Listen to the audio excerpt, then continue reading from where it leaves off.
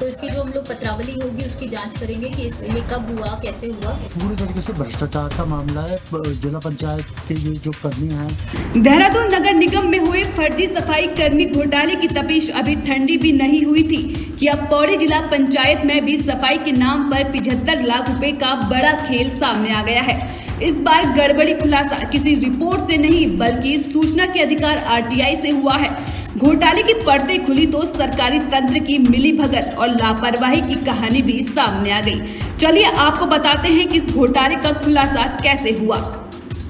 RTI कार्यकर्ता करण रावत ने जब पौड़ी जिला पंचायत से सफाई कार्यों को लेकर जानकारी मांगी तो जवाब सुनकर उनके होश उड़ गए। जिले के 15 विकास खंडों में जनवरी 2023 से सितंबर 2023 तक चलाए गए सफाई कार्यों के नाम पर कुल 75 लाख रुपए की धनराशि एक उपनल सफाई कर्मचारी की पत्नी के खाते में जमा कर दी गई थी। सबसे बड़ा झटका तब लगा जब सामने आया कि न सिर्फ कर्मचारी की पत्नी बल्कि उसके 3 परिजनों के नाम पर भी टेंडर स्वीकृत किए गए। न कोई अनुभव, न GST नंबर, न ठेकेदारी का वैध पंजीकरण, फिर भी उन्हें लाखों का काम सौंपा गया। आखिर लाखों रुपए की इस बड़े घोटाले का खेल कैसे खेला गया? सबसे पहले प्रत्येक ब्लॉक में 2 सफाई कर्मचारी नियुक्त किए गए, यानी कि कुल 30 कर्मचारी नियुक्त किए गए, जिसके बाद इन्हें 15,000 रुपए प्रति माह भुगतान किया गया। इस दौरान 10 अतिरिक्त सफाई कर्मी जिन्हें VIP ड्यूटी और दुर्गम क्षेत्रों में लगाया गया और इन्हें 30,000 रुपए प्रति माह दिया गया।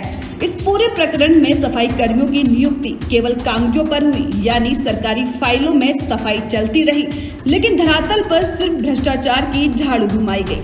RTI से मिली जानकारी के मुताबिक एक वरिष्ठ प्रशासनिक अधिकारी जो अब निलंबित है, इस पूरे खेल का मास्टरमाइंड बताया जा रहा है। आरोप है कि उन्होंने एक उपनल कर्मचारी की पत्नी को नौकरी का झांसा देकर उसका खाता लिया और सफाई टेंडर उसी के नाम स्वीकृत करवा दिए। हैरानी की बात यह है कि मामला उजागर होने तक किसी भी स्तर पर कोई क्रॉस वेरिफिकेशन या सत्यापन नहीं किया गया, जिस पर पौड़ी DM स्वाति भदौरिया ने इस मामले पर कहा कि गढ़वाल कमिश्नर से पत्रावली प्राप्त हो गई है, साथ ही जांच की जा रही है। जैसे ही रिपोर्ट सामने आएगी दोषियों पर कठोर कार्रवाई की जाएगी।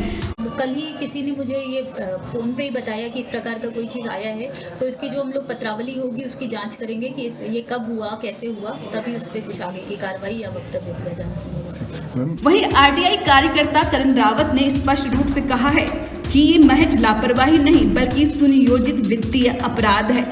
उन्होंने विजिलेंस जांच की मांग करते हुए कहा कि दोषियों पर FIR दर्ज कर कड़ी से कड़ी कार्रवाई होनी चाहिए। ये पैसा जनता का है, इसे लूटने वालों को बख्शा नहीं जाना चाहिए।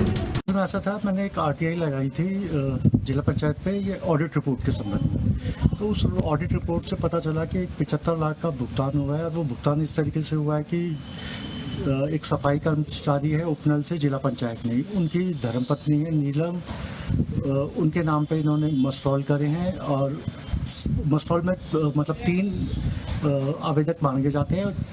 तीनों के तीनों वो एक ही परिवार के। तो पूरी तरीके से भ्रष्टाचार का मामला है।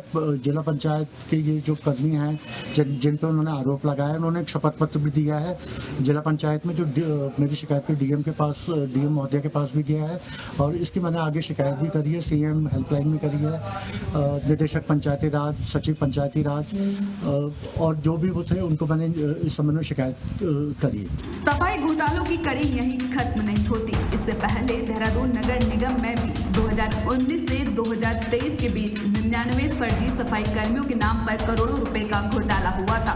पार्षदों द्वारा पत्नी, रिश्तेदार और पार्टी पदाधिकारियों को सफाई कर्मी बताकर सालों तक वेतन और PF निकाला